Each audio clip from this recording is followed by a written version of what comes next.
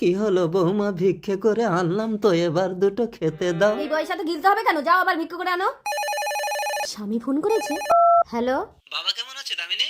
এই তোমার বাবার কাশি হয়েছে, তাই একটু ওষুধ খাওয়াচ্ছি। বাবার গলাটা ছেড়ে দাও দামিনী।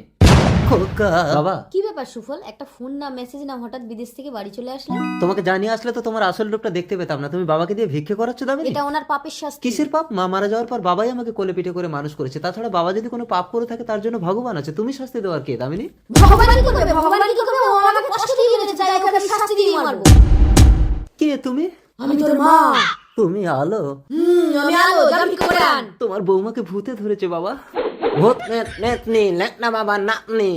ল্যাংড়া বাবা, তুমি অন্তর্যামী, আমার বউকে ভূতে ধরেছে, তুমি আমার বাবাকে বাঁচাও। বিড়িং বিড়িং ছেটা।